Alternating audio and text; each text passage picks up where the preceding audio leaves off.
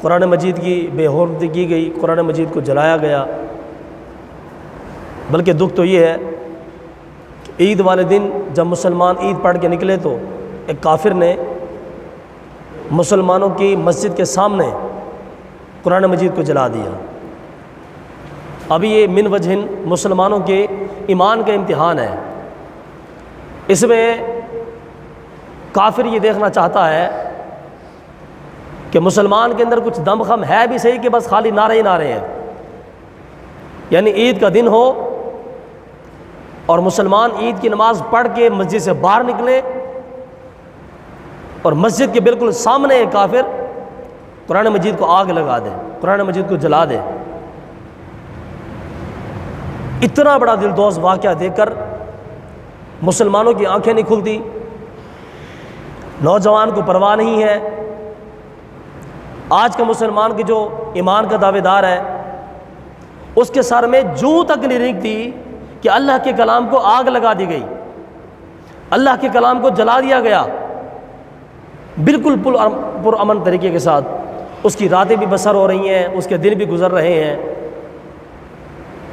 اس لیے کہ قرآن کی حفاظت کا ذمہ مسلمان کا کام تھوڑی ہے، اس کا کام تو ہے پیسہ کمانا، مسلمان کا کام تو ہے بچوں کے لیے بلڈنگیں بنانا، مسلمان کا کام تو ہے کافر کے سامنے جا کے جھک جانا، مسلمان کا کام تو ہے اپنے بچوں کے لیے حرام و حلال کو اکٹھا کرنا، کیونکہ قرآن کو بچانا مسلمان کا کام تھوڑی ہے۔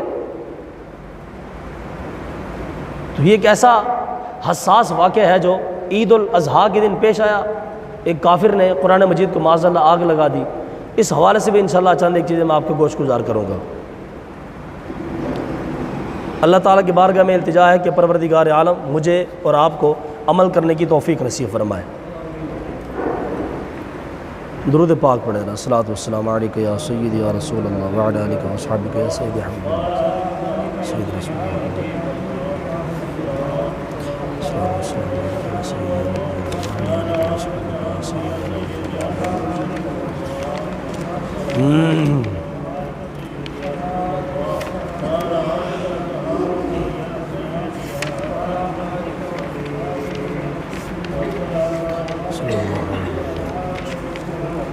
رسول اللہ صلی اللہ تعالیٰ علیہ وسلم نے ارشاد فرمایا، چند ایک چیزیں حضرت عثمان غنی کے حوالے سے انشاءاللہ، پھر اس کے بعد آخر میں قرآن مجید کے حوالے سے میں چند ایک چیزیں آپ کی گوش گزار کروں گا۔ حضرت عثمان غنی یہ وہ بندہ ہے کہ جس کی جان بھی اور جس کا مال بھی اللہ تعالیٰ کے رسول کی بارگاہ میں قربان ہو چکا ہے۔ حضرت آدم علیہ السلام سے لے کر آج تک اور قیامت تک بڑے لوگ آئیں گے جن کے پاس دولت ہوگی، بلکہ ہمارے پاکستان میں کچھ ایسے بھی لوگ ہیں اگر چاہیں تو ملک پاکستان کو خرید بھی سکتے ہیں، اتنی بڑی بڑی دولت والے لوگ بھی پاکستان میں موجود ہیں، لیکن ان کی دولت کس کام کی اگر وہ استعمال نہیں ہو رہی اسلام کے لیے، اللہ کے دین کے لیے، مسلمانوں کی خدمت کے لیے۔ تو عثمان غنی یہ وہ بندہ ہے کہ جس کی پوری دولت اللہ تعالیٰ کے رسول کی جان پر قربان ہو چکی ہے۔ بلکہ ایک چھوٹا سا واقعہ مجھے یاد آ گیا، ایک مرتبہ حضرت عثمان غنی آپ کہیں گئے تجارت کرنے کے لیے، تو جب واپسی پہ آئے نا تو نبی پاک علیہ السلام کی جو حالت مبارک تھی وہ تھوڑا خستہ تھی، رسول پاک علیہ السلام تھوڑے کمزور پڑ چکے تھے۔ حضرت عثمان غنی واپسی آئے تو حضرت بلال حبشی سے پوچھا، چونکہ بلال حبشی مؤذن رسول تھے، ہر وقت حضور کے ساتھ رہتے تھے نماز کے اوپر۔ عثمان غنی نے پوچھا کہ بھئی بلال خیر تو ہے، نبی علیہ السلام تھوڑا کمزور ہو چکے ہیں، کیا وجہ ہے؟ تو وہ خدمت نہیں کرتا نبی پاک علیہ السلام کی؟ حضرت بلال حبشی نے کہا جی مجھے معلوم نہیں ہے بھی کیا وجہ ہے۔ تو حضرت عثمان غنی نے فرمایا کہ جاؤ گھر جا کے پوچھو سیدہ عائشہ سے کہ کیا وجہ ہے کہ نبی پاک علیہ السلام کمزور ہو چکے ہیں۔ تو جب حضرت بلال حبشی پہنچے، سیدہ طیبہ طاہرہ راکعہ عابدہ ساجدہ عالمہ فاضلہ سیدہ فاطمۃ الزہرا سلام اللہ علیہا، بلال نے جا کے دستک دی تو سیدہ نے دروازہ کھولا اور حضرت بلال حبشی نے پوچھا اماں جی خیر ہے، نبی علیہ السلام کمزور ہو چکے ہیں؟ عثمان غنی پوچھ رہے ہیں۔ تو سیدہ عائشہ نے فرمایا کہ بلال آج پورا ہفتہ ہو گیا نبی پاک علیہ السلام نے کھانا نہیں کھایا ہے، ہفتہ گزر گیا، پورا ہفتہ گزر گیا، ہمارے گھر میں چولہا نہیں جلا۔ یہی وجہ ہے کہ نبی پاک علیہ السلام کمزور ہو چکے ہیں۔ واہ عثمان غنی تیری دولت پر قربان۔ حضرت بلال حبشی واپسی آئے تو آ کے بتایا عثمان غنی کو کہ سرکار یہ وجہ ہے کہ نبی پاک علیہ السلام نے ہفتے سے کھانا نہیں کھایا، گھر میں کچھ چیز نہیں ہے کھانے پکانے کے لیے، تو نبی پاک علیہ السلام کمزور ہو چکے ہیں۔ عثمان غنی گھر گئے، اپنے گھر سے جا کے راشن اٹھایا اور سیدہ کے گھر میں آئے، آ کے عرض کی کہ اماں جی آپ تھوڑا سا پردہ کر لیں۔ اپنے ہاتھوں کے ساتھ عثمان غنی نے روٹی بنائی، حالانکہ اتنا بڑا مالدار انسان عثمان غنی۔ ہمارے ہاں تو ایک عام مزدور انسان جو کاٹن کا سوٹ پہن لینا، اس کی کوشش ہوتی ہے کہ میرے سوٹ کو وٹ نہ آئے، لیکن عثمان غنی تیری ذات پر قربان کے مدینے میں تیرے جیسا مالدار انسان ہے ہی کوئی نہیں۔ اپنے ہاتھوں کے ساتھ، اصل میں یہ حضور کی محبت تھی نا، رسول اللہ کی محبت تھی، اپنے ہاتھوں کے ساتھ جا کے چولہے کا انتظام کیا، روٹی پکائی اور روٹی پکا کے نبی پاک علیہ السلام کی بارگاہ میں لا کے حاضر کر دی۔ رسول پاک علیہ السلام کو رج کی روٹی کھلائی عثمان غنی نے۔ نبی پاک علیہ السلام تسلی سے کھانا کھایا، رسول پاک علیہ السلام نے۔ نبی پاک علیہ السلام بیٹھے تھے، عثمان غنی گئے گھر میں اور آپ جا کے دینار کی یعنی آج کے دور میں ڈالر کی عثمان غنی جھولی بھر کے لے آئے، پیسوں کی جھولی بھر کے لے آئے اور آ کے نبی پاک علیہ السلام کی بارگاہ میں قربان کر دی، پیش کر دی۔ رسول پاک علیہ السلام کو معلوم پڑ گیا کہ عثمان کو کسی نے بتا دیا ہے کہ میں نے ہفتہ سے کھانا نہیں کھایا، اس وجہ سے کہ ہمارے پاس ظاہری طور پر پیسے نہیں تھے۔ تو نبی پاک علیہ السلام نے ہدیہ قبول فرمایا، رسول پاک علیہ السلام نے کھانا بھی تناول فرمایا عثمان غنی کا۔ اس کے بعد نبی پاک علیہ السلام نے دعا کی۔ حضرت ابو سعید خدری کہتے ہیں کہ نبی پاک علیہ السلام نے جب رات شروع ہوئی تو نبی پاک علیہ السلام نے عثمان غنی کے لیے دعا کو شروع کیا، اور صبح کی نماز ہو گئی تو نبی پاک علیہ السلام دعا مانگ رہے تھے، یا اللہ عثمان غنی سے میں راضی ہو چکا ہوں، تو بھی میرے عثمان سے راضی ہو جا۔ وہ عثمان غنی رضی اللہ تعالیٰ عنہ۔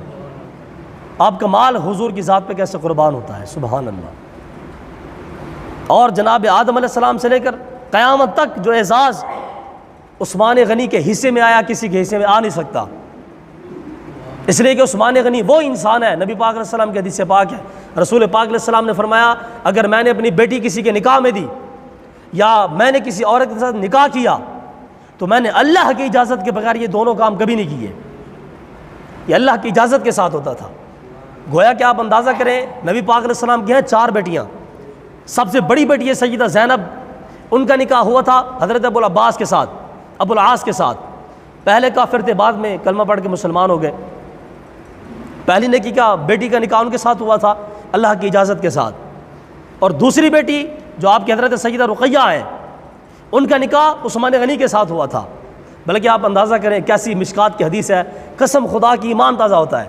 نبی پاک علیہ السلام گھر میں بیٹھے تھے، حضور کی ٹانگ مبارک سے، ران مبارک سے تھوڑا سا کپڑا ہٹا ہوا تھا، کیونکہ نبی پاک علیہ السلام دھوتی مبارک باندھا کرتے تھے، تو دھوتی آپ کو پتہ ہے کہ تھوڑا سا کھسک جاتی ہے، گھر میں بندہ بیٹھا ہوتا ہے تو ہو جاتے معاملہ سارے۔ نبی پاک علیہ السلام گھر میں بیٹھے ہیں، دروازے پہ صدیق اکبر آئے، نبی علیہ السلام آرام سے بیٹھے رہے، صدیق آئے آ کے بیٹھ گئے۔ اس کے بعد عمر بن خطاب آئے، حضور بیٹھے رہے، عمر آ کے بیٹھ گئے۔ اس کے بعد عثمان غنی آئے، دروازے پہ دستک ہوئی، پوچھا کون؟ کہا عثمان غنی، حضور کی زیارت کے لیے آئے ہیں۔ تو نبی پاک علیہ السلام اٹھے اور حضور علیہ السلام نے اپنی دھوتی مبارک کو تھوڑا کور کیا، ٹھیک کیا، درست کیا۔ صحابہ کرام پریشان تھے، صدیق اکبر، عمر بن خطاب جیسے بندے۔ عثمان غنی آیا کہ بیٹھ گئے، مجلس برخاست ہوئی تو کسی صحابی نے پوچھا کہ یا رسول اللہ، صدیق آئے تو اب ویسے بیٹھے رہے، عمر آئے تو ویسے بیٹھے رہے، عثمان آئے تو آپ نے اپنی دھوتی مبارک تھوڑی درست فرما لی، اس کی کیا وجہ ہو سکتی ہے؟ نبی پاک علیہ السلام نے فرمایا کہ صحابہ، میرا عثمان وہ ہے کہ جس سے اللہ کے فرشتے بھی حیا فرماتے ہیں، اللہ کے فرشتے بھی حیا کرتے ہیں عثمان غنی سے۔ عثمان غنی خود کہتے ہیں کہ جب سے میں نے رسول اللہ کے ہاتھ میں اپنا ہاتھ دیا ہے بیعت کرنے کے لیے، جب سے میں نے نبی پاک علیہ السلام کے ہاتھ کے اوپر بیعت کی ہے، عثمان غنی کہتے ہیں کہ میں نے پھر اس ہاتھ کو اپنی شرمگاہ کے ساتھ کبھی نہیں لگایا، اس لیے کہ یہ ہاتھ میں نے رسول اللہ کے ہاتھ میں دیا تھا۔ اور عثمان غنی کہتے ہیں کہ جب میں نے اس نظر کے ساتھ رسول اللہ کا چہرہ دیکھا ہے، پھر میں نے اس نظر کے ساتھ کبھی اپنی شرمگاہ کو نہیں دیکھا ہے۔ یہ عشق، یہ محبت، یہ کیسی داستان ہے عثمان غنی کی۔ اور صلح حدیبیہ کے موقع پر آپ دیکھیں انتہا ہو گئی ہے، صلح حدیبیہ کے موقع پر انشاءاللہ میں وضاحت کے ساتھ اس واقعے کو بھی پیش کروں گا۔ عثمان غنی وہ ہیں کہ جن کے نکاح میں رسول پاک علیہ السلام کی 2 بچیاں آئیں، 2 بچیاں۔ پہلی بچی کا نام سیدہ رقیہ اور دوسری حضرت ام کلثوم رضی اللہ تعالی عنہما۔ اصل میں واقعہ یہ ہے کہ جب آپ کی پہلی بیوی کا انتقال ہوا حضرت سیدہ رقیہ کا، تو نبی آپ پریشان رہا کرتے تھے عثمان غنی۔ نبی علیہ السلام نے بلایا اور حضور علیہ السلام نے فرمایا عثمان خیر تو ہے، پریشان کیوں رہتے ہو؟ عرض کی یا رسول اللہ، آپ نے فرمایا تھا کہ قیامت کے دن ہر رشتہ ٹوٹ جائے گا سوائے میرے رشتے کے، میرا حسب نسب بھی باقی رہے گا، اور میں نے جن کے ساتھ شادی کے معاملات کیے وہ سسرال داماد یہ سارے معاملات باقی رہیں گے۔ یا رسول آپ نے کہا تھا کہ ہر کسی کے ٹوٹ جائیں گے، میرے باقی رہیں گے۔ اے اللہ کے رسول، آپ کی بیٹی میرے نکاح میں تھی، فوت ہو گئی، اب میں پریشان رہتا ہوں کہ میرا سلسلہ تو ختم ہو جائے گا، اس لیے کہ آپ کی بیٹی کا انتقال ہو چکا ہے۔ تو نبی پاک علیہ السلام نے فرمایا عثمان پریشان کیوں ہوتے ہو، ہم اپنی دوسری بیٹی بھی تمہارے نکاح میں دیتے ہیں۔ وہ عثمان غنی کے جس کے نکاح میں رسول اللہ کی 2 بیٹیاں یک کے بعد دی کرے، یہ اعزاز صدیق اکبر سے لے کر حضرت وحشی بن حرب تک کسی صحابی کے حصے میں نہیں آیا۔ دیکھیں صدیق اکبر کی بڑی شان ہے، اس میں کوئی شک نہیں ہے۔ نبی علیہ السلام نے دعا کی تھی میرے مولا جو مقام مجھے جنت میں عطا فرمائے گا تو وہی مقام میرے صدیق کو بھی عطا فرمانا۔ دیکھیں صدیق کا بڑا مقام ہے، صدیق کی صداقت کو لاکھوں سلام ہے۔ عمر بن خطاب کہ جس کے بارے میں میرے نبی نے فرمایا عمر وہ ہے کہ جس کے راستے سے شیطان بھی بھاگ جاتا ہے۔ عمر اتنا بڑا ڈاڈا انسان، عمر کی شان بھی بڑی ہے، لیکن یہ اعزاز جو عثمان غنی کے حصے میں آیا کسی صحابی کے حصے میں نہیں آیا۔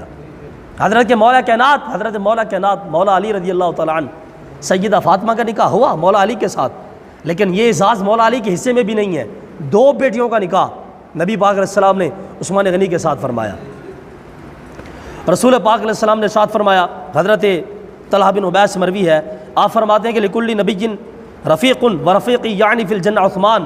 نبی علیہ السلام نے فرمایا کہ صحابہ جنت میں ہر نبی کا ایک یار ہوتا ہے۔ سبحان اللہ، یہ آپ اندازہ کریں وہ کیسی محفل ہوگی، صحابہ کرام بیٹھے ہوں گے اور حضور عثمان غنی کی شان کو بیان کر رہے ہیں۔ نبی علیہ السلام نے فرمایا یا معاشرہ صحابہ، اے صحابہ لکل نبی رفیق، ہر نبی کا جنت میں ایک یار ہوتا ہے، ورفیقی فی الجنہ عثمان، اور فرمایا یاد رکھو جنت میں میرا یار عثمان غنی ہوگا۔ سبحان اللہ، اس کا مطلب یہ ہے کہ عثمان غنی کی شان کو بیان کرنا یہ خود رسول اللہ کی سنت ہے۔ میرے حضور اس کو پسند کرتے ہیں کہ عثمان غنی کی شان کو بیان کیا جائے۔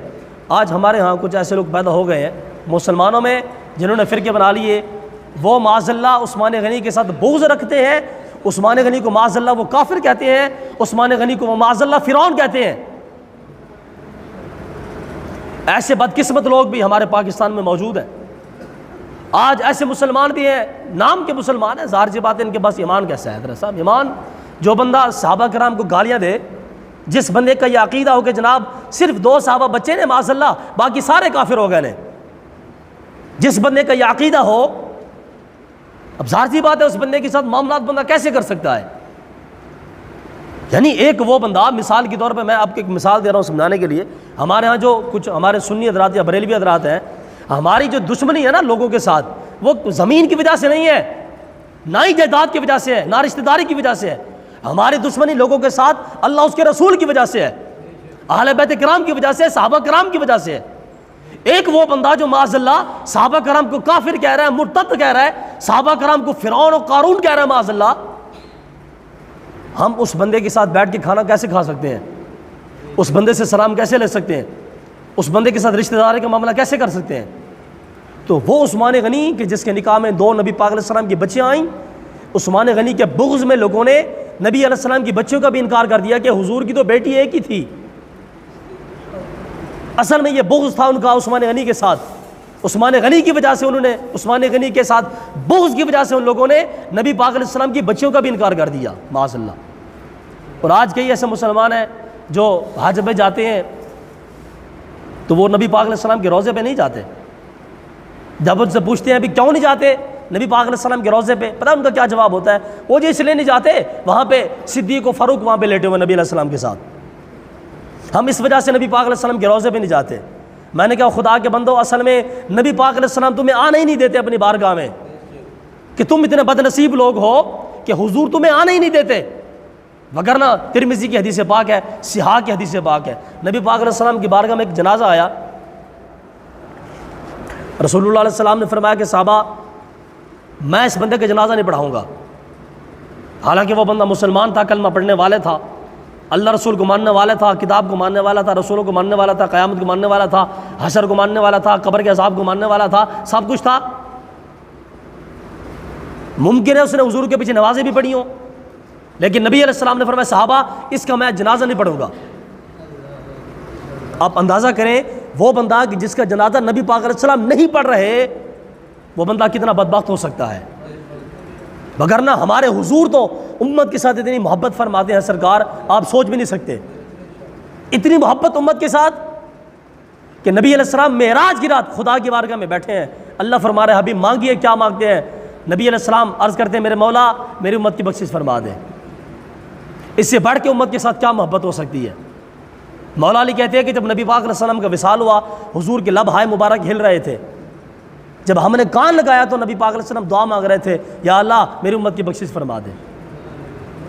میں کہتا ہوں کہ اس سے بڑھ کے محبت اور کوئی نہیں ہو سکتی۔ وہ نبی فرما رہے ہیں کہ میں نے اس بندے کا جنازہ نہیں پڑھنا۔ صحابہ کرام بہو حیرت کہ یا رسول اللہ آپ تو اتنی محبت فرماتے ہیں امت کے ساتھ، آپ اس کا جنازہ نہیں پڑھ رہے؟ نبی پاک علیہ السلام نے فرمایا ہاں صحابہ اس کی ایک وجہ ہے، اس کا میں جنازہ نہیں پڑھ رہا۔ صحابہ کرام نے عرض کی یا رسول اللہ وہ کون سی وجہ ہے؟ نبی پاک علیہ السلام نے فرمایا انہ یبغض بعثمان، فرمایا کہ یہ وہ بندہ ہے جو میرے عثمان غنی کے ساتھ بغض رکھتا ہے۔ فرمایا اس بندے کے دل میں میرے عثمان غنی کا بغض تھا، لہٰذا میں اس بندے کا جنازہ نہیں پڑھوں گا۔ آپ ذرا ایمانداری کے ساتھ اس بات کا جواب دیں مجھے، جس بندے کے دل میں عثمان غنی کا بغض ہو، میرا نبی تو اس کا جنازہ نہیں پڑھ رہا، اور جس بندے کے دل میں صدیق اکبر کا بغض ہو، جس بندے کے دل میں عمر بن خطاب کا بغض ہو، اور جس بندے کے دل میں مولا کائنات کا بغض ہو، ہم لوگ اس کے جنازے میں کیسے جا سکتے ہیں؟ حضرت صاحب لوگوں نے عجیب پٹی چلائی ہے، اور جی سارے ٹھیک ہے، سارے ٹھیک ہے، سارے ٹھیک ہے۔ میں کہ سرکار اگر سارے ٹھیک ہوتے میدان کربلا میں 2 نمازیں کبھی نہ ہوتی، اگر سارے ٹھیک ہوتے جب یزید نے مدینہ طیبہ میں حملہ کیا تھا، یزید نے مسجد نبوی شریف میں یزید نے گھوڑے بندوائے تھے، صحابہ کرام نے گھر میں نمازیں پڑھی تھی، یزید کے لوگ مسجد میں نماز پڑھ رہے تھے، لیکن صحابہ اپنے گھروں میں نماز پڑھ رہے تھے۔ میں نے کہا سرکار ہر زمانے میں سارے بندے ٹھیک نہیں ہوتے ہیں۔ میں نے کہا تو امام حسین سے زیادہ جانتا ہے کہ سارے بندے ٹھیک ہیں؟ حضرت صاحب جس بندے کے عقیدہ ہی ٹھیک نہیں ہے اس بندے کے پیچھے نماز کیسے ہو سکتی ہے؟ وہ بندہ معاذ اللہ کہ جس نے سیدہ فاطمہ کے بارے میں اتنے غلیظ الفاظ کہے، صدیق و فاروق کے بارے میں اتنی بکواس کی، اس بندے کے پیچھے ہم کیسے نماز پڑھ سکتے ہیں؟ یہ تو ہمارے ایمان کا معاملہ ہے۔ اور جبکہ میں نے آپ کو حدیث پاک پیش کر دی، ترمذی کی حدیث پاک ہے، حدیث پاک کا میں ذمہ دار ہوں۔ نبی علیہ السلام نے فرمایا صحابہ اس بندے کا میں جنازہ اس وجہ سے نہیں پڑھ رہا، اس بندے کے دل میں میرے عثمان غنی کا بغض ہے، بس بات ختم ہو گئی۔ کسی انسان کے دل میں کسی صحابی کا بغض ہو، ہم اس کے پیچھے جنازہ نہیں پڑھیں گے، اس کے پیچھے نماز نہیں پڑھیں گے، اس لیے کہ اس بندے کے دل میں صحابہ کرام کا بغض ہے۔ اور جو بندہ صحابہ کرام کو معاذ اللہ گالی دینے والا ہو، حضرت صاحب میں نام نہیں لے رہا انتشار کی وجہ سے، وگرنہ میرے پاس کتابیں موجود ہیں، میرے پاس ان کی ویڈیوز موجود ہیں جو یہ بکواس کرتے ہیں کہ ہم لوگ ہر نماز کے بعد معاذ اللہ سیدہ عائشہ کو گالی نکالتے ہیں۔ اور انہوں نے اپنی کتابوں کے اندر لکھا کہ جب تک ہم ہر نماز کے بعد اما عائشہ کو گالی نہ نکالیں معاذ اللہ ہماری نماز ہی قبول نہیں ہوتی۔ وہ بولتے ہیں کہ جب تک ہم گالی نکالتے ہیں تو پھر جا کے ہماری نماز قبول ہوتی ہے معاذ اللہ۔ حضرت صاحب ایسے بندے کون ہیں جناب جنہوں نے ملک کے اندر انتشار پھیلا کے رکھ دیا؟ اب ایک بندے کا عقیدہ جی قرآن پاک ہے جی 40 پارے تھے، تو انہوں نے 10 پارے ہٹا دیے۔ بھئی کس نے ہٹا دیے؟ وہ کہتے ہیں جی معاذ اللہ وہ جو صدیق اور فاروق اور عثمان تھے نا، معاذ اللہ ان کے دل میں مولا علی کا بغض تھا، تو لہٰذا وہ 10 پارے مولا علی کی شان میں تھے، تو ان 3 یاروں نے مل کے 10 پاروں کو ہٹا دیا معاذ اللہ۔ عقیدہ چیک کریں، کیسی حیرت کی بات ہے بھائی۔ آج چونکہ عثمان غنی کا موضوع ہے نا تو میں عرض کر دوں رضی اللہ تعالیٰ عنہ، جب حضرت عثمان غنی کا وصال ہوا، مختصر کر رہا ہوں چونکہ وقت ہمارے پاس بہت تھوڑا ہے۔ عثمان غنی رضی اللہ تعالیٰ عنہ اصل میں آپ کی جو شہادت کا واقعہ بنا نا، اصل میں بہت انتہائی حساس معاملہ ہے۔ آپ کے پاس چونکہ مروان نامی شخص رہتا تھا، آپ کا قریبی رشتہ دار تھا عثمان غنی کے پاس، انتہائی قسم کا مکار انسان۔ اس بندے کی وجہ سے سارے معاملات خراب ہوئے، اس مروان کی وجہ سے۔ عثمان غنی چونکہ انتہائی شریف انسان تھے، تو معاملہ پھر یہ جب عمر بن خطاب کا انتقال ہوا نا، آپ شہید ہوئے، صحابہ کرام نے مشورہ کیا کہ یار اب کس کو خلیفہ بنائیں. کچھ صحابہ ایسے تھے کہ یار انہوں نے کہا کہ بھی ایسے بندے کو خلیفہ بناتے ہیں جو تھوڑا بندہ نرم مزاج بندہ ہو، اس لیے کہ عمر بن خطاب نے ہمیں ڈنڈا دے کے رکھا اور بڑا مشکل سے ہم نے اس کے دور میں زندگی گزاری ہے. کچھ صحابہ کرام نے کہا کہ یار ہم اس بندے کو خلیفہ بناؤ جہاں کچھ نرم مزاج ورگا بندہ ہوئے، کچھ تھوڑی سہولت دے، کچھ محبت دے. لوگوں نے عثمان غنی کو خلیفہ بنا دیا. اصل میں یہ حضور پاک علیہ السلام کی حدیث پاک تھی. نبی علیہ السلام نے فرمایا تھا میرے جانے کے بعد 30 سال اعلیٰ منہاج النبوہ گزریں گے، یعنی میرے جانے کے بعد 30 سال ایسے ہوں گے جیسے میرے دور میں ایام گزر رہے ہیں ویسے دور میرے ایام کی طرح گزرتے رہیں گے. 30 سال، اور ان 30 سالوں میں 12 سال عثمان غنی کے بھی شامل ہیں، چونکہ آپ تیسرے خلیفہ ہیں. عثمان غنی رضی اللہ تعالیٰ عنہ کی بارگاہ میں کسی بندے نے شکایت کی کہ حضور جو آپ کا مصر کا گورنر ہے وہ تھوڑا سا کام خراب کر رہا ہے. آپ نے فرمایا کیا مسئلہ ہے، کیا خراب کر رہا ہے؟ انہوں نے کہا جی وہ جو ہے نا وہ تھوڑا عوام پر تھوڑی مشکل پیش کر رہا ہے، شدت کر رہا ہے، ٹیکس زیادہ لے رہا ہے. تو عثمان غنی نے مشورہ کیا صحابہ کرام سے بھی کس کو بنائے پھر مصر کا گورنر کس کو بنا دیں؟ لوگوں نے کہا جی آپ صدیق اکبر کے بیٹے کو بنا دیں، محمد بن ابی بکر کو، اتنا بڑا بندہ کہ اتنا بڑا بیٹا محدث ہے اس کو بنا دیں. آپ نے فرمایا ٹھیک ہے. آپ نے اس کو بلایا حضرت محمد کو اور آپ نے فرمایا کہ بھی تم آج کے بعد تم جاؤ مصر میں جا کے تم گورنری سنبھالو، اس وجہ سے کہ وہ جو بندہ ہے نا مصر کے اندر وہ ذرا معاملات خراب کر رہا ہے. اب یہاں سے حضرت محمد بن ابی بکر گئے، نکلے یہاں سے. وہ جو مروان تھا نا، مروان اس کی گپ شپ تھی مصر کے گورنر کے ساتھ، اور مروان چاہتا تھا کہ وہ گورنر معزول نہ ہو وگرنہ میرا سکہ خراب ہو جائے گا. تو مروان نے کیا سازش کی کہ اس نے یہاں سے تو عثمان غنی نے تو چونکہ گورنر بنا کے بھیجا تھا نا حضرت محمد بن ابی بکر کو، تو مروان نے کیا چال چلی کہ اس نے ایک خط لیا. عثمان غنی کی مہر اس کے پاس ہوا کرتی تھی اور حضرت عثمان غنی انتہائی شریف انسان تھے، زیادہ پوچھ کچھ ہوتی نہیں تھی عثمان غنی رضی اللہ تعالیٰ عنہ. تو مروان نے کیا کیا کہ مروان نے ایک اور خط کو تیار کیا، اس کے اوپر مہر لگائی عثمان غنی کی، اور اس نے غلام بھی عثمان غنی کا لیا، اونٹ بھی عثمان غنی کا لیا مروان نے. اور تو مروان نے کیا کیا کہ اس نے اپنا ایک پیغام بھیج دیا مصر کے گورنر کی طرف کہ بھی تیرے کو بندہ آ رہا ہے محمد بن ابی بکر، اے جدو دیکھ کر پہنچے نا کہ معذاللہ انہوں شہید کر دیں، انہوں شہید کر کے تو اپنے نظام سنبھال لیں. عثمان غنی نے بھیجا اس کو گورنر بنا کے محمد بن ابی بکر کو، لیکن مروان نے کام خراب کیا کہ اس نے الٹا کام کر دیا کہ یہ محمد بن ابی بکر آ رہے ہیں تو تم ان کو قتل کر دینا معاذ اللہ. عثمان غنی نے گورنر بنا کے بھیجا، مروان نے کہا کہ قتل کر دیں. یہاں سے یہ معاملہ خراب ہوا. اب وہ جو غلام خط لے کے جا رہا تھا راستے کے اندر، یہ جو حضرت محمد بن ابی بکر تھے یہ بھی چونکہ سفر کر کے جا رہے تھے مصر کی طرف، اور وہ غلام بھی جا رہا تھا خط لے کے، ان کے شہید ہونے کا خط بھی لے کے جا رہا تھا. تو راستے کے اندر ان کی آپس میں ملاقات ہو گئی. کسی بندے نے دیکھ لیا اس غلام کو، یار غلام تے عثمان غنی دا لگتا ہے، اٹھ بھی عثمان غنی دا، بندہ کتے جا رہے ہیں ساڑھے کول، عثمان غنی تو سانو بھیجیا. تو کسی بندے نے اس کو پکڑ لیا غلام کو، اس سے خط لیا، کدے لے کے جا رہے ہیں خط؟ انہوں نے کہا جی مینوں بھیجیا، بس کسی نے بھیجیا ہے. جب خط دیکھا تو وہ حضرت محمد بن ابی بکر کی وہ شہادت کا خط تھا کہ اے جدو پہنچے تھے تو انہیں قتل کر دیں معاذ اللہ. حضرت محمد بن ابی بکر پریشان کہ یار عثمان غنی، اے خط بھی عثمان غنی دا ہے، مہر بھی عثمان غنی دے لگی، اٹھ بھی عثمان غنی، غلام بھی عثمان غنی دا، اے عثمان غنی دا ہونے میرے گورنر پر آ کے بھیجا ہے، اے غلام کہڑے پاسے جا رہے ہیں؟ تو حضرت محمد بن ابی بکر واپسی آئے عثمان غنی کے پاس کہ جناب تسی میرے گورنر بڑھایا ہے کہ اے میرے قتل دا خط کنے لکھا ہے؟ عثمان غنی نے قسم اٹھائی، فرمایا محمد بن ابی بکر میں قسم اٹھاتا ہوں کہ یہ خط میں نے نہیں لکھا ہے. تو لوگوں نے اعتراض کیا کہ جناب اے مہر بھی تواڈی ہے، کاغذ بھی تواڈا ہے، غلام بھی تواڈا ہے، اٹھ بھی تواڈا ہے. عثمان غنی فرمایا کہ یار سارا کچھ میرا ہے لیکن میں خط کوئی نہیں لکھا. پھر لوگوں نے مطالبہ کیا کہ جناب چلو تسی خط نہیں لکھا نا، سانو لگتا ہے کہ مروان نے شرارت کی ہے، اے مروان کو ساڈے حوالے کرو. عثمان غنی نے فرمایا دیکھو بھائی تم مجھے ٹائم دو، 1 مہینے کا ٹائم دو، میں معاملے کی خود تحقیق کرتا ہوں، میں خود پھر اس مسئلے کو حل کروں گا. لیکن چونکہ کچھ لوگ شرارتی بھی ہوتے ہیں، ایک ہی دن معاملے کو جناب گھسیڑ کے رکھ دیتے ہیں، سارا معاملہ خراب کر کے رکھ دیتے ہیں. المختصر یہ کہ عثمان غنی نے مروان کو حوالے نہیں کیا. تو اس کے اندر جو ہے نا محمد بن ابی بکر کے ساتھ کچھ لوگ مصر کے لوگ بھی تھے جو بلوائی تھے، بلوائی جو چاہتے نہیں تھے کہ ہمارا گورنر معزول ہو. جیسے ہمارے ہاں کچھ لوگ تھے کہ جنہوں نے مدینہ طیبہ میں جا کے اپنی پارٹی کے نعرے لگائے. یعنی پارٹی بازی اتنی ہے، اللہ معافی عطا فرمائے، یہ کیسا ظلم ہے. یہ حج کے ایام میں یہاں پاکستان سے کچھ لوگ گئے سیاسی لوگ، حج کے مینا کے مقام پہ جا کے وہاں پہ جا کے اپنی پارٹی کے جھنڈے اٹھا کے پھر رہے ہیں. وہ خدا کے بندو تمہاری سیاست تمہارا نظام پاکستان میں ہے، یہ گندی سیاست آ کے پاکستان میں کرو. تم یہ سیاست جا کے تم مینا کے مقام میں کر رہے ہو، وہ بھی حج کے دنوں میں. تو کچھ لوگ ہوتے ہیں جو شخصیت پرست ہوتے ہیں. تو مصر کے کچھ لوگ تھے کہ جنہوں نے یہ سازش رچی کہ بھئی اب موقع ہے ہمارے ہاتھ میں، عثمان غنی کو شہید کر دو. پھر آج آ کے معاذ اللہ ثم معاذ اللہ حضرت عثمان غنی کو شہید کیا گیا، اور بڑی بے دردی کے ساتھ شہید کیا گیا. یہ ایک بات میں آپ کی بارگاہ میں عرض کرنا چاہتا ہوں، تقریباً 150 لوگ تھے، 150 لوگ جو عثمان غنی کو شہید کرنا چاہتے تھے. چند ایک صحابہ کرام گئے عثمان غنی کے پاس، انہوں نے کہا سرکار تھوڑی حکومت افریقہ تک پہنچ گئی ہے، تسی خلیفہ ہو، امیر المؤمنین ہو، تسی حکومت ہو وہ سانو، اسی 150 بندہ لبے کا ہی نہیں، اسی انہوں نے غائب کریں گے، تسی سانو اجازت دے دو. عثمان غنی نے ایک جملہ ارشاد فرمایا اور وہ میں آپ کے گوش گزار کر رہا ہوں.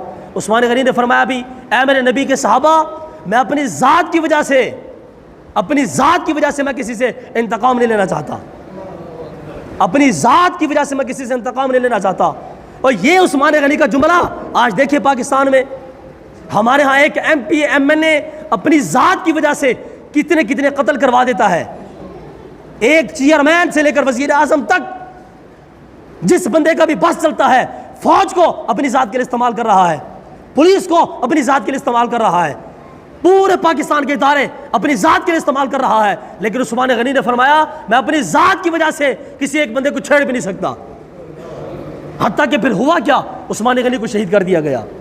جب 3 دن گزر گئے، پورے 3 دن، عثمان غنی نے فرمایا آپ تھوڑا سا چھت کے اوپر آئے. عثمان غنی رضی اللہ تعالیٰ عنہ باہر چکے ہجوم لگا ہوا تھا، اور مولا کہنا چکے حضرت علی کو خطرہ تو تھا کہ باہر بندے بیٹھے عثمان غنی کے دروازے کے باہر اور یہ لوگ کو معاملہ خراب کریں گے. تو حضرت مولا کائنات نے اپنے دونوں بیٹے حضرت حسن و حسین کو دروازے پر چوکیدار کھڑا کر دیا. فرمایا کہ حسن و حسین تم یہاں پہ کھڑے ہو جاؤ عثمان غنی کے دروازے پر، تاکہ کوئی بندہ عثمان غنی کو تکلیف نہ پہنچا سکے. حضرت صاحب میں یہاں پہ ایک بات عرض کرنا چاہتا ہوں، آج وہ لوگ جو صحابہ کرام کو اہل بیت کرام سے توڑنا چاہتے ہیں، وہ کہتے ہیں کہ جناب عثمان غنی تو یہ تھے، عمر تو یہ تھے، صدیق تو یہ تھے، انہوں نے حضرت علی سے خلافت کو چھین لیا تھا، بڑا ظلم کیا تھا، مولا کے نہ تو مجبور تھے، مولا کے نہ تو ان سے نفرت ہی بڑی کرتے تھے معاذ اللہ. میں نے کہا خدا کے بندے، اگر حضرت علی کے دل میں نفرت ہوتی تو اپنے بچوں کو گاڑی باڈی گارڈ جا کے وہاں پہ کیسے کھڑے کرتے بھی تم عثمان غنی کے دروازے پہ کھڑے ہو جاؤ تاکہ کوئی بندہ عثمان غنی کو تکلیف نہ پہنچا سکے. المختصر یہ کہ جب وہ جو بلوائی تھے، جو مصری لوگ تھے، مصری لوگ جنہوں نے عثمان غنی کو شہید کرنا تھا، انہوں نے پھر کیا سازش کی کہ وہ ساتھ میں ایک انصاری صحابی کا گھر تھا، انہوں نے کہا کہ یار دروازے کو کراس تو کر نہیں سکتے، کسی اور طریقے سے گھر کے اندر جاتے ہیں. تو وہ جو بلوائی لوگ تھے، مصری لوگ، انہوں نے کیا کیا کہ انصاری صحابی کے گھر گئے، وہاں سے پھر دیوار کو چڑھ کے عثمان غنی کے گھر کے اندر آ گئے. ان کے ساتھ حضرت ابو بکر صدیق کے بیٹا بھی تھے، حضرت محمد بن ابی بکر، جن کو معاملے کی سمجھ نہیں آ رہی تھی کہ یار یہ معاملہ ہوا کیا میرے ساتھ. انہوں نے جا کے حضرت صدیق اکبر کے کپڑوں کو پکڑا، چونکہ صدیق کے بیٹے تھے نا. تو جناب عثمان غنی نے ایک ہی بات ارشاد فرمائی، آپ نے فرمایا محمد اگر آج یہاں پہ تیرے پاس تیرا باپ صدیق ہوتا تو میرے ساتھ وہ کیسا برتاؤ کرتا، اور تو میرے ساتھ یہ کیسا برتاؤ کر رہا ہے، تو صدیق کا بیٹا ہے، صدیق کا بیٹا، تو میرے ساتھ کیا کر رہا ہے. یہ بات حضرت محمد کے دل میں جا کے چوٹ کر گئی. آپ نے وہیں پہ عثمان غنی کو چھوڑا، آپ نے معافی مانگی اور آپ وہاں پہ گھر چھوڑ کے چلے گئے. حضرت محمد بن ابی بکر، لیکن آپ کے ساتھ جو بلوائی لوگ تھے، بلوائی، انہوں نے موقع جانا کہ یار گھر میں ہے کوئی نہیں اور ہم لوگ عثمان غنی کو شہید بھی کرنا چاہتے ہیں. تو وہ 3 قسم کے لوگ تھے کہ جنہوں نے معاذ اللہ عثمان غنی کو شہید کر دیا. اور کس بے دردی کے ساتھ شہید کیا، اس کے لیے مجھے ایک اور جمعہ کا انتخاب کرنا پڑے گا. حضرت عثمان غنی رضی اللہ تعالیٰ عنہ جب آپ قرآن مجید کی تلاوت فرما رہے تھے، اس وقت بھی عثمان غنی تلاوت فرما رہے تھے، اس وقت بھی عثمان غنی قرآن کی تلاوت فرما رہے تھے. حضرت صاحب یہ ماحول کیسا تھا عثمان غنی کے لیے، لیکن پھر بھی عثمان کی زبان پہ اللہ تعالیٰ کے کلام کی تلاوت چل رہی تھی. آج پوری دنیا میں تقریباً 60 کے قریب ملک ہیں مسلمانوں کے، اور عید کے دن مسلمان کے قرآن کو، اللہ کے کلام کو جلا دیا گیا. ایک کافر نے سویڈن میں، آپ سارے آپ جانتے ہوں گے، سویڈن کے اندر مسلمان عید کی نماز پڑھ کے باہر نکلے مسجد سے، ایک کافر قرآن مجید کو لے کے کھڑا ہوا ہے، اس نے مسلمانوں کی مسجد کے سامنے، مسلمانوں کے سامنے اس نے قرآن مجید کو جلا دیا. اور ہمارے جو مسلمان ہیں بات کرنے کی توفیق بھی نہیں ہے، بات کرنے کی توفیق بھی نہیں ہے. اور ہمارے وزیر اعظم صاحب پتہ انہوں نے کیا جواب دیا؟ وہ جی ہم مذمت کرتے ہیں، بس بات ختم۔ میں نے کہا سرکار یہاں پہ صرف مذمت سے کام نہیں چلے گا، یہاں پہ عملی قدم اٹھانا پڑے گا۔ اور میں نے کہا خدا کے بندو تم اللہ کے کلام کے لیے جنگ نہیں چھیڑ سکتے، تم ملک کے لیے کیا جنگ چھیڑو گے تم لوگ؟ حضرت صاحب یہ سارا ڈرامہ ہے بس۔ آج مسلمان قرآن مجید کی حفاظت نہیں کر سکا۔ حضرت صاحب آپ کافر کی ہمت دیکھو کہ مسلمانوں کی مسجد کے سامنے اور عید کے دن مسلمانوں کی آنکھوں کے سامنے ایک کافر قرآن مجید کو آگ لگا رہا ہے، اور 60 کے قریب ملک کے مسلمانوں کے کسی حکمران کو پرواہ نہیں ہے۔ حضرت صاحب اگر مولوی یہاں پہ بیٹھ کے گلا پھاڑے تو نہ پھاڑے، بتائیں اب ہم کہاں جائیں؟ اللہ کا کلام ہی محفوظ نہیں ہے دنیا کے اندر حضرت صاحب۔ حالانکہ قرآن مجید کا نظام پوری دنیا میں قائم کوئی نہیں ہے۔ ایک ہونا بھی قرآن کا بھی نظام نافذ ہے، بھائی سانو بڑی پریشانی ہے قرآن تو بھائی قرآن اگلا ہو۔ حضرت صاحب قرآن کا نظام ہی نافذ نہیں ہے، وہ قرآن کی بات تو مسلمان نہیں کرتے، یہ پھر کیوں کافر قرآن مجید کو جلا رہے ہیں؟ اصل میں آپ کو ایک بات بتانا چاہتا ہوں، پوری دنیا میں 4 کتابیں، تورات، زبور، انجیل، قرآن، پوری دنیا میں کسی کتاب کی توہین نہیں ہوتی، تورات کی توہین کوئی نہیں ہوتی، اس لیے کہ اس کے وارث عیسائی ہیں۔ زبور کی توہین کوئی نہیں کر سکتا، اس لیے کہ اس کے وارث یہودی ہیں۔ انجیل کی توہین کوئی نہیں کر سکتا، اس لیے کہ اس کے وارث کافر ہے۔ اور قرآن کی توہین پوری دنیا میں ہو رہی ہے، اس لیے کہ قرآن کے وارث یہ مسلمان ہیں جن کے پاس نماز پڑھنے کا ٹائم ہی نہیں ہے۔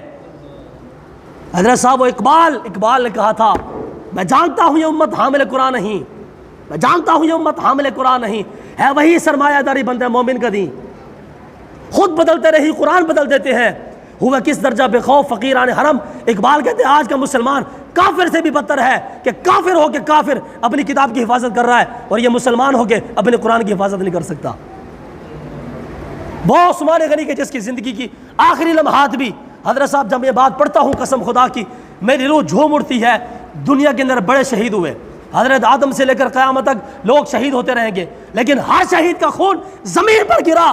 عثمان غنی وہ شہید ہے کہ جب آپ شہید ہوئے تو آپ کا خون قرآن مجید پر گرا، اور ہر شہید کا خون جو گواہی دے گا وہ مٹی سے اٹھ کے دے گا، لیکن عثمان غنی وہ شہید ہے جس کی گواہی اللہ تعالیٰ کا قرآن کے خود دے گا۔ وہ عثمان غنی کہ جب آپ شہید ہوئے تو آپ قرآن مجید کی تلاوت کر رہے تھے، اور آپ کا خون جس لفظ کے اوپر گرا وہ لفظ بھی کیا کمال تھا، لفظ تھا فَسَيَكْفِيكَهُمُ اللَّهُ، فرمایا میرے بندے پریشان نہیں ہونا، اللہ تعالیٰ تجھے کافی ہے۔ وہ لفظ بھی کیسا کمال ہے۔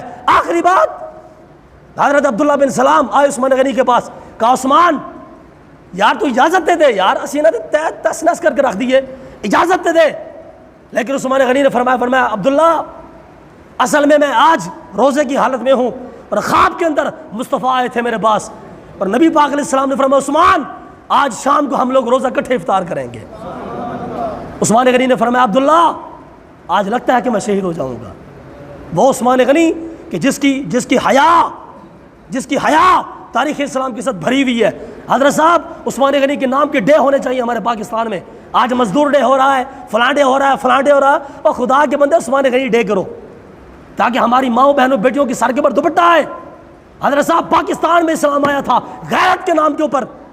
ایک بچی نے محمد بن قاسم کو خط لکھا تھا کہ کسی ہندو نے میرے ساتھ زیادتی کی ہے، میری عزت کے اوپر ہاتھ ڈالا ہے۔ محمد بن قاسم پھر سندھ کے اندر اسلام کو لے کے آیا تھا۔ حضرت صاحب پاکستان میں اسلام آیا تھا غیرت کے نام کے اوپر، آج پاکستان میں غیرت ہی نہیں ہے۔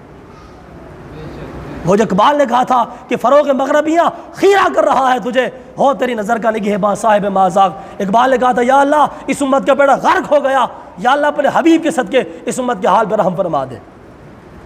حضرت صاحب عثمان غنی کی سیرت کو سمجھنے کی کوشش کرو، اللہ تعالی ہم سب کو عملی قدم اٹھانے کی توفیق عطا فرمائے، اور قرآن مجید کی حفاظت کرنے بھی توفیق عطا فرمائے۔ اس کی حفاظت کا ایک ہی انداز ہے، بس آپ میں سے ہر بندہ اپنے بچے کو حافظ قرآن بنائے۔ میں آپ کو قسم خدا کی اٹھا کے کہہ رہا ہوں، جب قرآن مجید کو آگ لگائی گئی کسی مسلمان کی کوئی پرواہ نہیں تھی، صرف مولوی تھا جو بیچارہ پریشان تھا کہ یار اللہ کے کلام کو کیوں آگ لگائی گئی، ہمارے حکمران کیوں نہیں جواب دیتے۔ حضرت صاحب اگر آپ قرآن کی حفاظت کرنا چاہتے ہیں تو پھر آپ اپنے بچوں کو حافظ قرآن بنائیں، پھر جا کے قرآن مجید کی حفاظت ہوگی۔ اللہ تعالی ہم سب کو کلام الہی کو سمجھنے کی توفیق عطا فرمائے۔